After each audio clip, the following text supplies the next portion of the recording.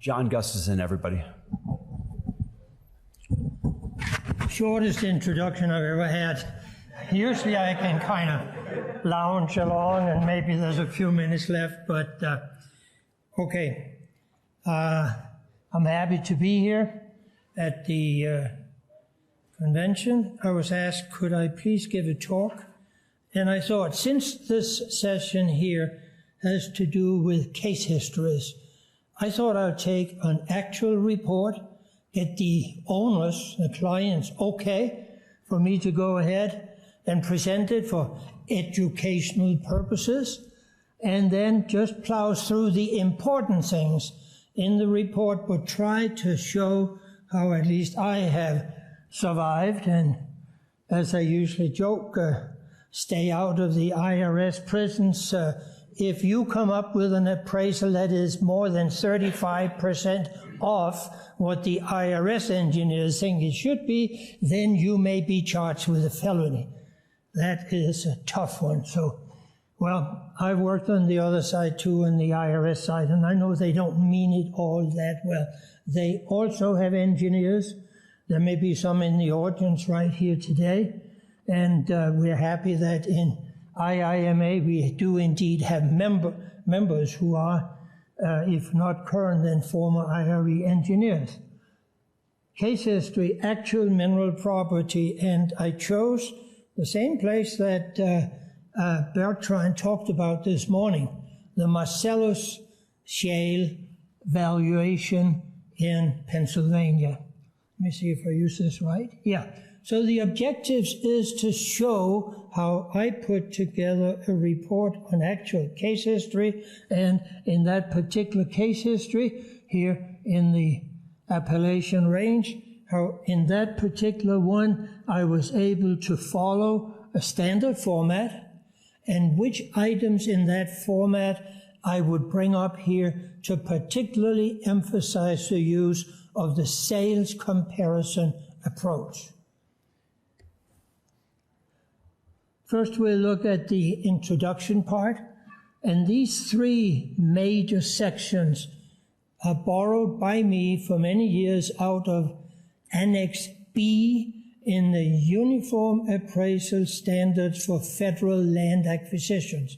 Some of us in this room call it the Yellow Book. Came out in 1980, and it was in the yellow cover, hence the name. It's been out a couple of times after that, but the key thing is it gives at least one side's perspective, namely the government, when they do takings under the Fifth Amendment, how shall appraisers then use standards, use knowledge from recent court cases? How should they use that towards be as fair and equitable as possible? So this format that I'm going to show you is strongly influenced by Appendix B in UASFLA. So let's look at what I have in introductions in my case history. I deal with all these items. We don't have time to go through all of them, but I deal with all of those in the introduction. I'll just pick out those that I think are very important and that I always try to make sure that my client understands them, and maybe more than anything, that I can remember them a number of years down the road if I should be called to the carpet and somehow have to justify, like Fred said a minute ago, oh, did I write that back 3, 4, 5 years ago? I better remember how. So let's go through. Let's look at the, we know there's going to be a certificate in every report. We don't need to go through that and those details. But what do I typically write about a property in the summary of the salient facts and conclusions? Here are all these items. They're all in the report. Some of them just a paragraph or two. Others may take more. And again, we don't have time to go through all of this, but let's look at this first of all, the specific property. This was a 106-acre property in Butler County. Here's Pennsylvania. Here's Butler County. And you recall from this morning, those of you who heard Bertrand's discussion, the Marcellus Belt kind of goes about like this in Pennsylvania. And in Butler County, blown up here, there's a township called Muddy Creek, and right about here is the location of the property. The effective date of the appraisal, very important. It was after a couple of years of relatively not stagnant, but quiet oil price changes, gas price changes. There were no big changes up to May 2014. As a secret, I can say I'm now considering a paper for next year. It's a warning. If you may not want to go to Phoenix, this is because you don't want to go. I just had a case where the effective date was 31 December 2014, after the oil prices went like that, and this whole area is in giant turmoil. That was a tough one. I couldn't even think of writing the paper now. We've got to let things settle down. So, effective date, actual drilling on that particular property was started a few months later. So there certainly was a pad on the site ready to drill, but on that date here in May, would I know for certain that the operator, Rex Energy, R&E drilling, it's also called, would drill in July? I didn't know that. But I could at least say, well, if I thought they were going to drill and they actually started drilling, maybe I can use what's called SMT-1 under USPAP. That is the allowing you to make a retrospective appraisal and at least say, oh yeah, I thought they would start drilling, and they did. So at least I can make a note of that in my appraisal to support a trend, as the book says. So the status was, it was permitted, they had built the pad and all of that. They were under, the property owner was under a 5-year lease, written almost 5 years earlier. The date was getting so close to lease expiration date, and there was no renewal option. Usually in that market, you had the original payment of the bonus, and then you had, after 5 years, you had an option to renew for the same amount. The landowner didn't get very much of a bonus back in 2009. That was early in the whole play, the resource play that took place in the shales. Retrospectively, we then saw that the lease would be in force beyond the 5-year term if they started drilling, which is why it was pretty clear why they started drilling in 2014. Because once they had started drilling, even if they had not bent over and drilled horizontally in the shale, had they just left it to the vertical part of the leg and opened up a couple of old Clinton type of formations or something like that, they could still have held the lease. So, of course, it was pretty clear that the use of this was to start drilling pretty soon. Now, next after that, location. Here's Interstate 79 going north-south in western Pennsylvania, a little town called Prospect here, up here to the north of about there. I call that up in the Al Gore Heights. And you know from climate thing and all of that why Al Gore used that ladder to come all the way up there. Up here is a county seat, and the property we'll be talking about is right about this location. So we describe where the property is located, and I actually, out of the records of the Pennsylvania department, I also got the filing. So I took the same picture, blown up a little bit, and I superimposed, half transparent here, the actual plot of the pool unit. The map where here in these black lines is where the operator has filed with the state that this would be their pooled unit. The property is the yellow one, the green push pin is the actual well site, and they have here plotted where they were going to drill the leg, the horizontal leg, about 1 mile long, and another leg was permitted to come down here in this part. So you can see there's absolutely no doubt that this particular property would be part of the unit and would then participate pro rata based on the royalty in the original lease. That was a 12.5% lease back from 2009, whereas the market went up around the effective date, went up to about 18% royalty. But in any case, they were part of the unit, and their acreage inside the unit would then pro rata benefit from any royalties. At an earlier point, I mentioned that this particular little snippet here, if that's outside this unit and there's no other unit here, that's what I would call orphan acreage. It would be helped by production, but you wouldn't get anything for it. That's not part of this particular paper. The scope of the appraisal, very important. What is it I really promised to do, and what didn't I promise to do? And of course, I promised to estimate the fair market value of that leased oil and gas property. I don't know who came up with this. Anybody in this audience know where that comes from?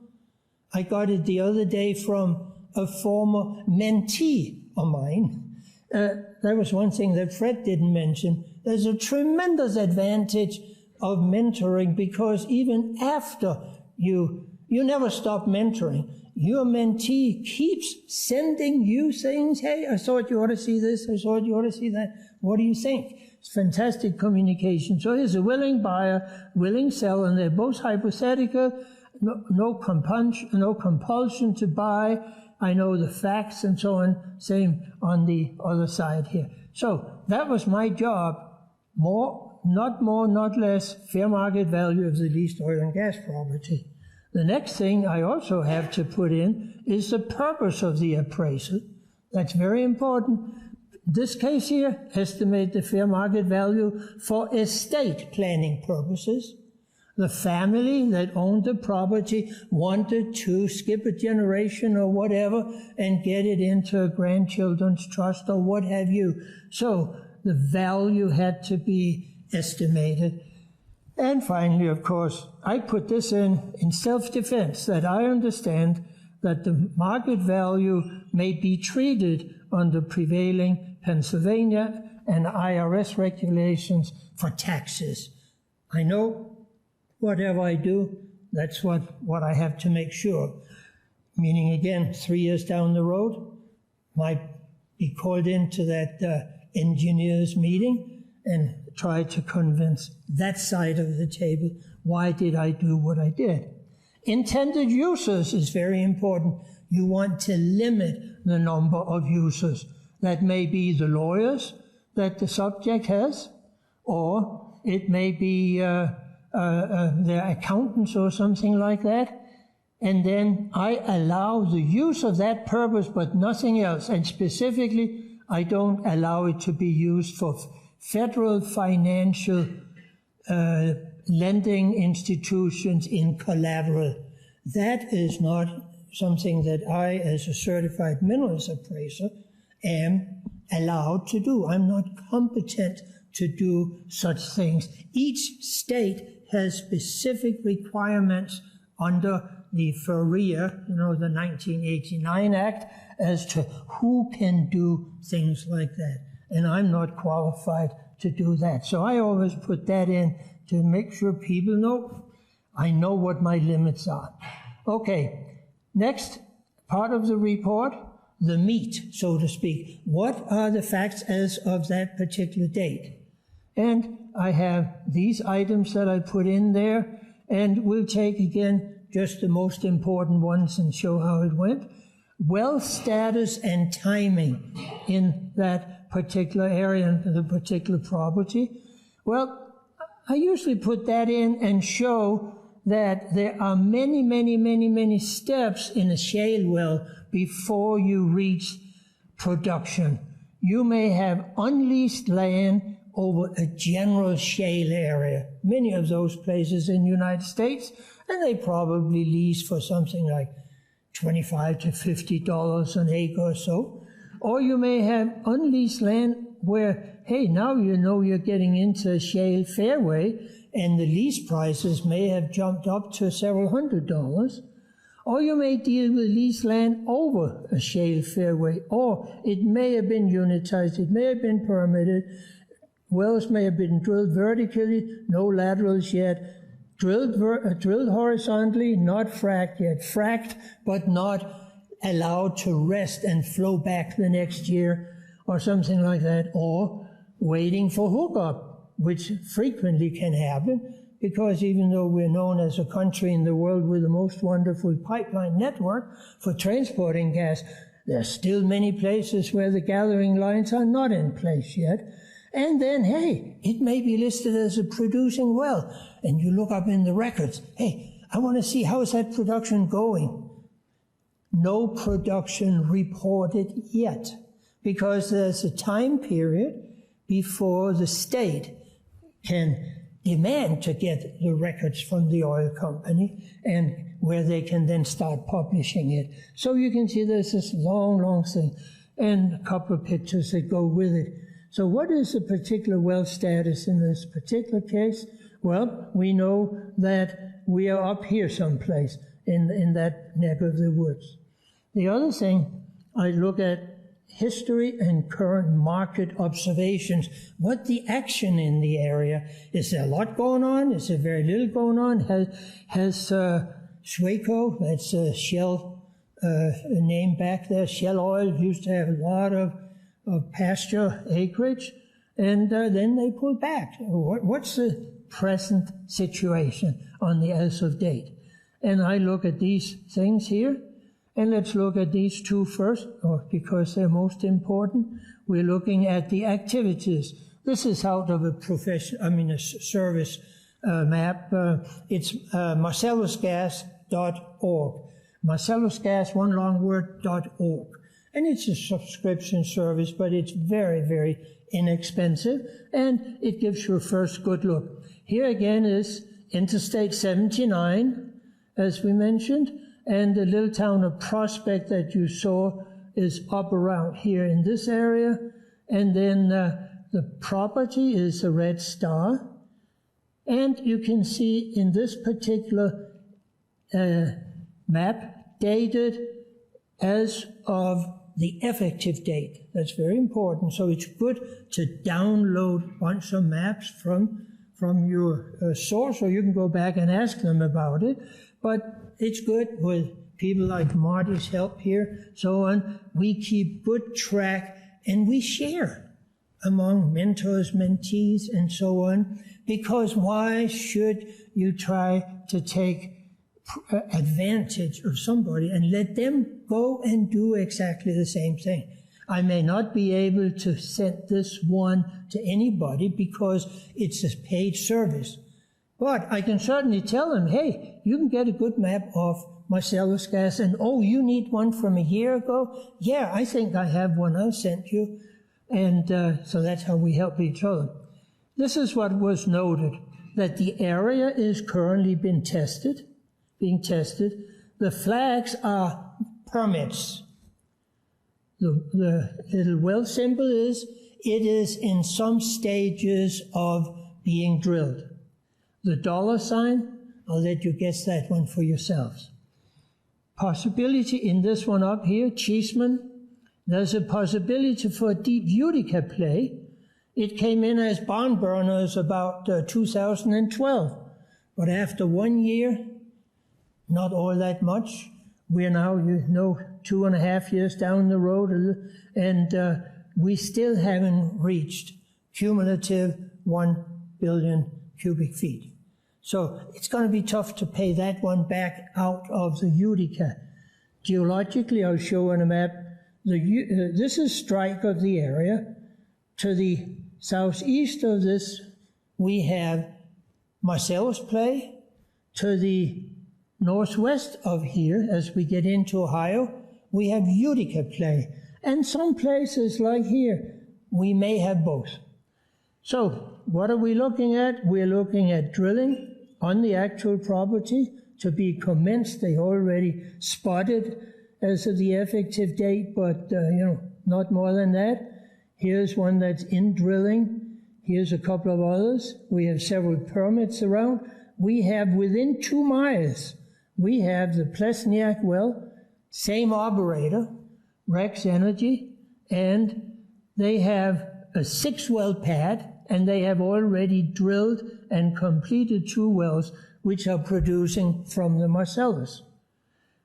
Broadly, this is Rex, and this is XTO, which you remember is a subsidiary of Exxon, coming up this way and testing in this area here. But it's very clear as you come up from the southwest, you are getting kind of to the ragged edge of the Marcellus Play. We are in west central Pennsylvania. The real hot area is down in southwestern Pennsylvania, in the southwest of Pittsburgh area. So we're getting to the ratty edges of what the Marcellus can be up here.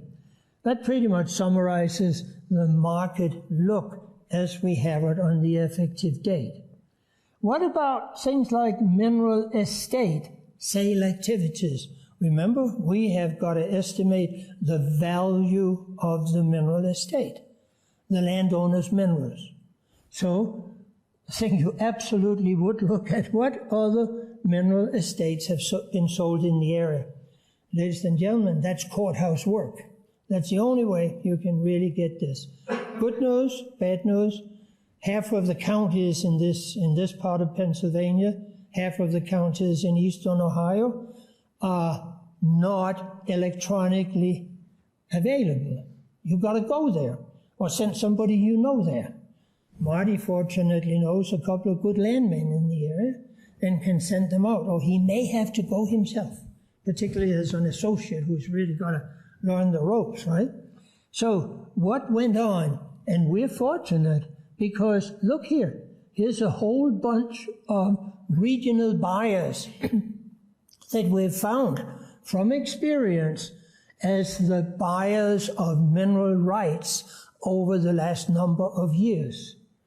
At this very moment, starting, say, October, November, December, that traffic has pretty much stopped. You still see some sales being finalized, but I'll tell you what, that may be because the buyer somehow was stuck and couldn't get out of it. He might have given a draft or something like that, or some promises, or it was a key piece, and he still ended up paying the old price before 27 November. Why 27 November? Well, Thanksgiving, number one. 2, it was my birthday. 3, it was the day when OPEC decided not to cut production, and oil prices went like that.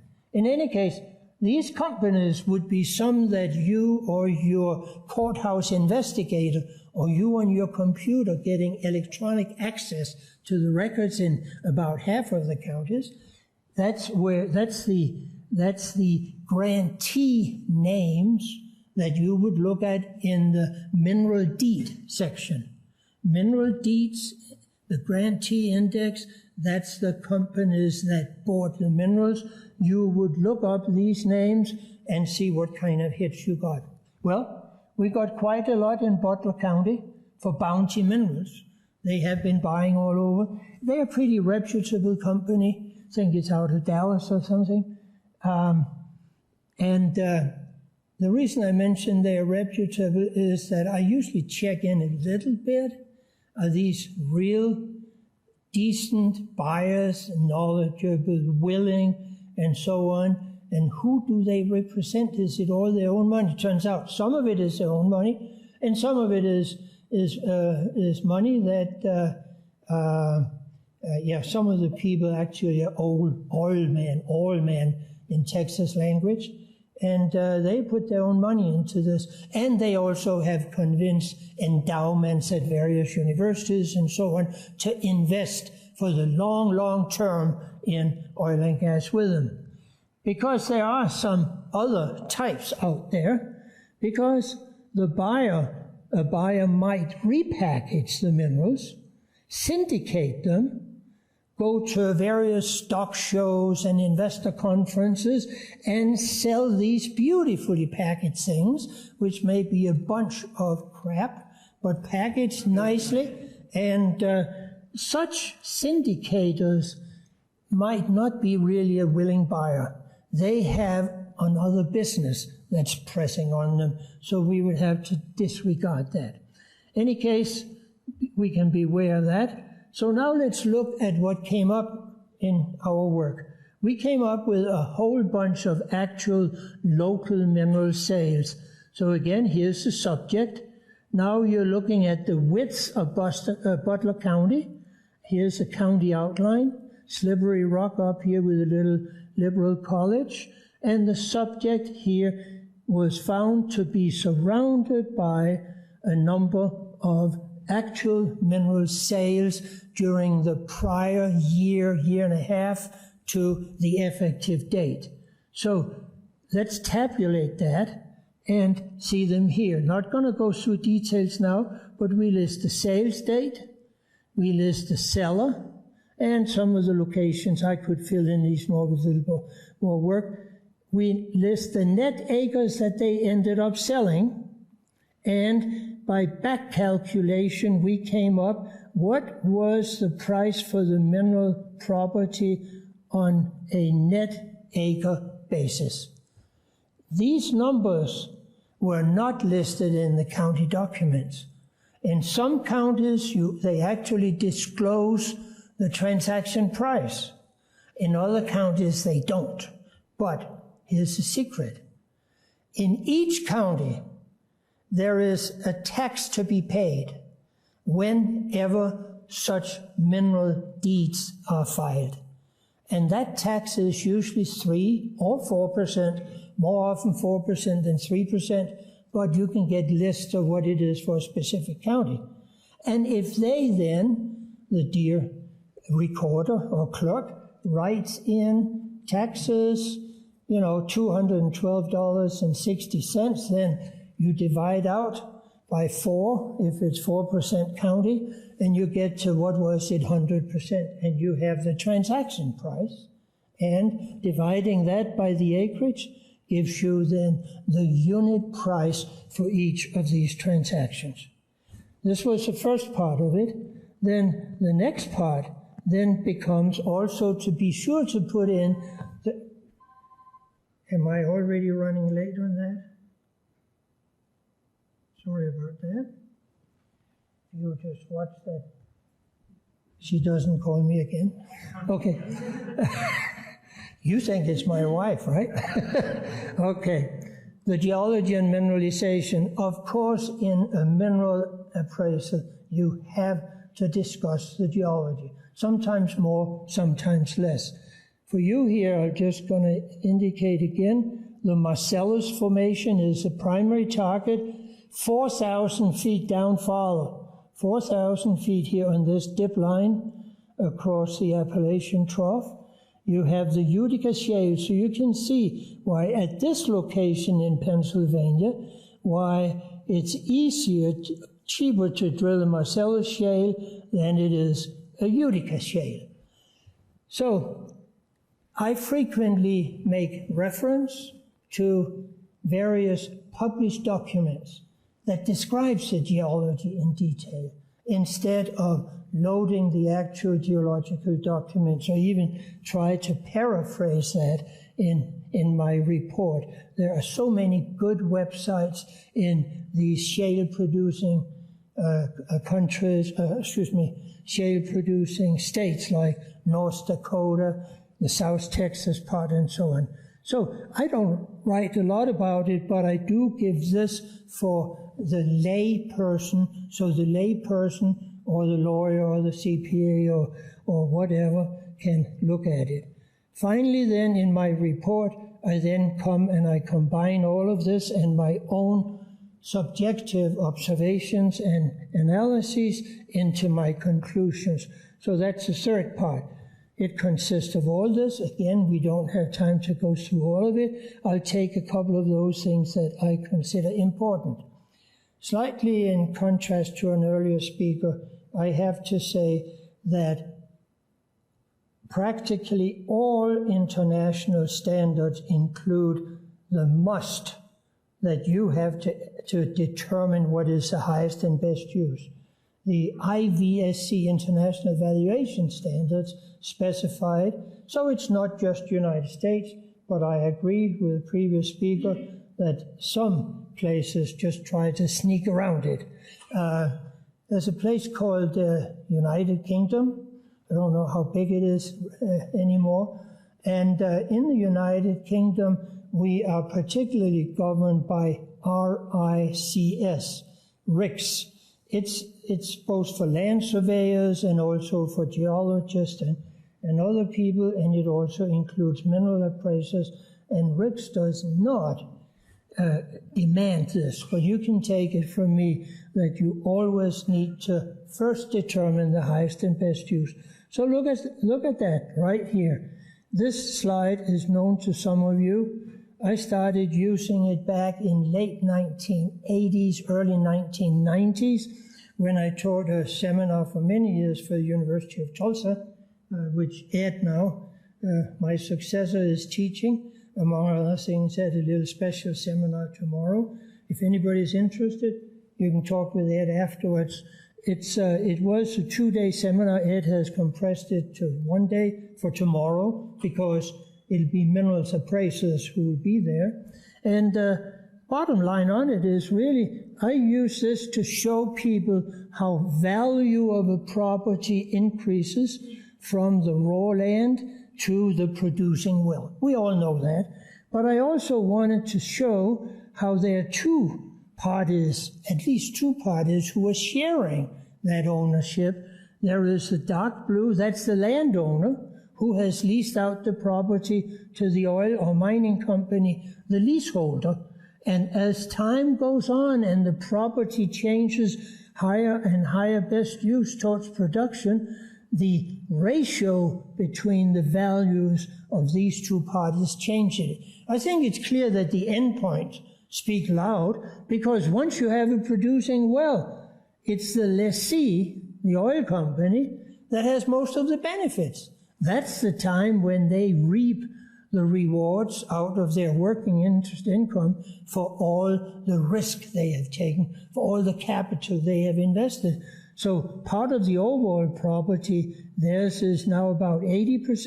The landowner benefits by the 20%, which may be in form of a royalty or things like that. Plus, of course, the landowner's possibility that way out in the future, that particular layer that was producing may be dropped, and 10, 20 years down the future, there may be a new guy, a new cycle coming in, drilling to the middle of the earth or whatever.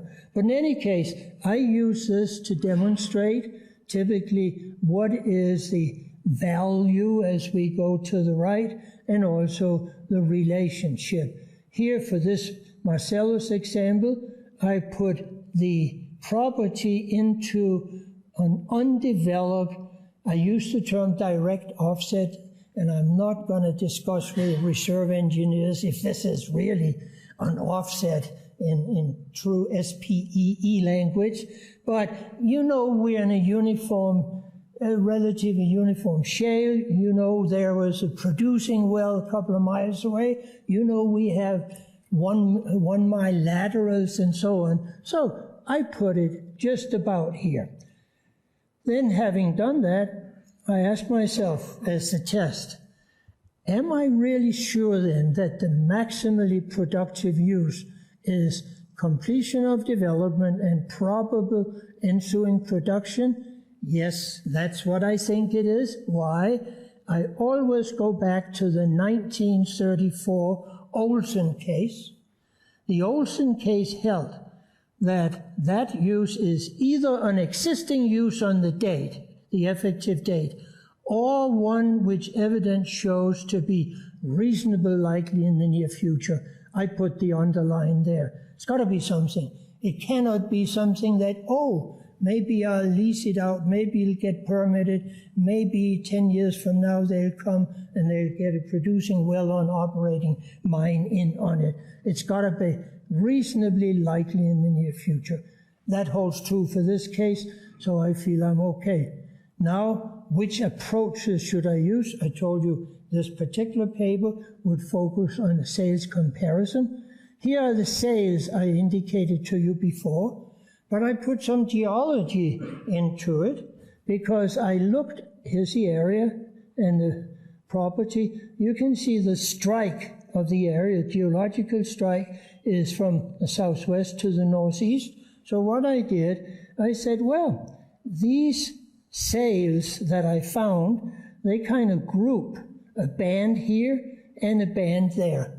And then I did analytical work of them of various types. And what I came up with, here's the table from before. I'm not going to blow it up so you can see it, because then there's room for the findings.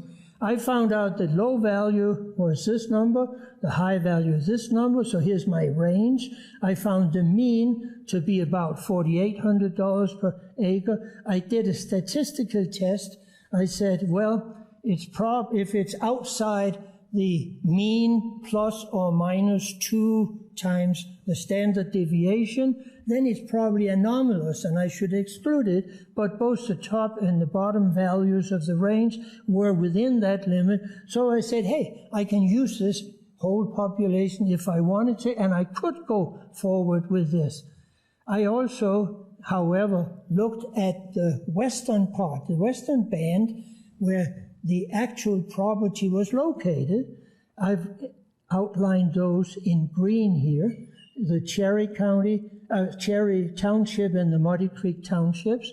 And it turned out that they averaged around this, which is darn close to the mean. The eastern band this much.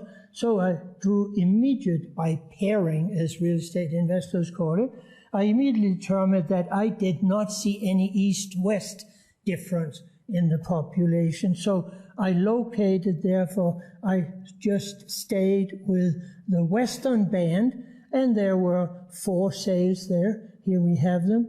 And then I took the 2 sales that were closest. That was the Fisher and Spear sales, and I used those. If I go back so you can see a little bit better. Here we were. I used these sales as the sales that were the closest. I already had justified that there was great uniformity in the area, so I felt that's where I go. Why? It's a subjective decision that, like real estate people, I go the closest property. If I'm in a subdivision, 3-bedroom, 2-bath here, 3-bedroom, 2-bath there, and same subdivision, that's the one I use, not the subdivision a mile or 2 down the road. So next we go to the analysis here, and now we come to the final step. That's the adjustments that will be made. I think Fred Perger mentioned it in his paper a few minutes ago. I now make sales adjustments to that sale, the 2 sales I had that averaged out at $5,500 per acre. That's what I transferred from before. And now I have to ask all these questions. Why? Because now I have to come up with what would the buyer and seller for those comparables, what would they have paid for that property that I am appraising? So I must make adjustments between any lease type of terms or any other things I can think of. Here's a bunch. There's about 10. We won't go through the details, but I'll show you what I typically look at in an area. And here is the maximum range of adjustment that I'll give. That's a possible adjustment, up or down.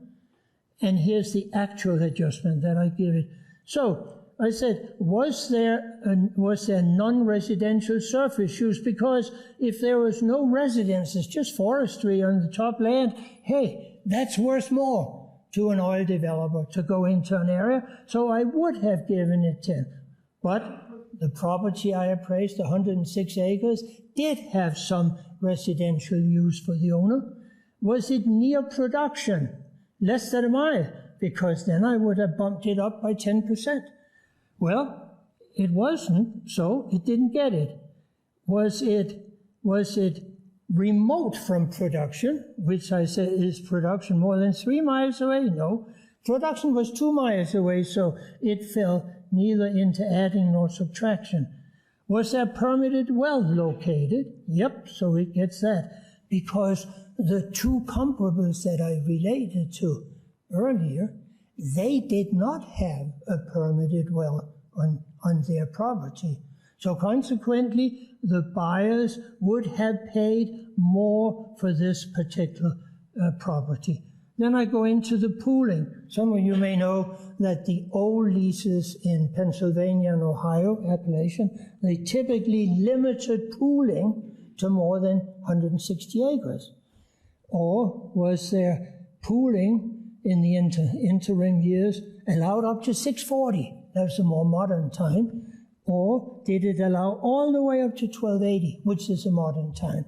In this particular case, pooling was allowed to 640, so there's no adjustment at that point. Then, was it a long-term lease or not? Well, turned out that the leases for the subject were identical to the leases in the two comps I was looking at, so there was no adjustment there. Was there a pew clause in the lease? There was, but again, there was that in the other two too, so there was no adjustment there. Otherwise, I would give a pew clause in a lease, to me, is very, very important to avoid the orphan acreage and all those things that can hold a lease up. Finally, what about pipeline restrictions? What about vertical depth limitations? You sometimes find that. But there were no adjustment for all of those. But of course, I note that there were no adjustments. So I came up with $6,050 per unit acre multiplied by 106. And here's then my first value of $642.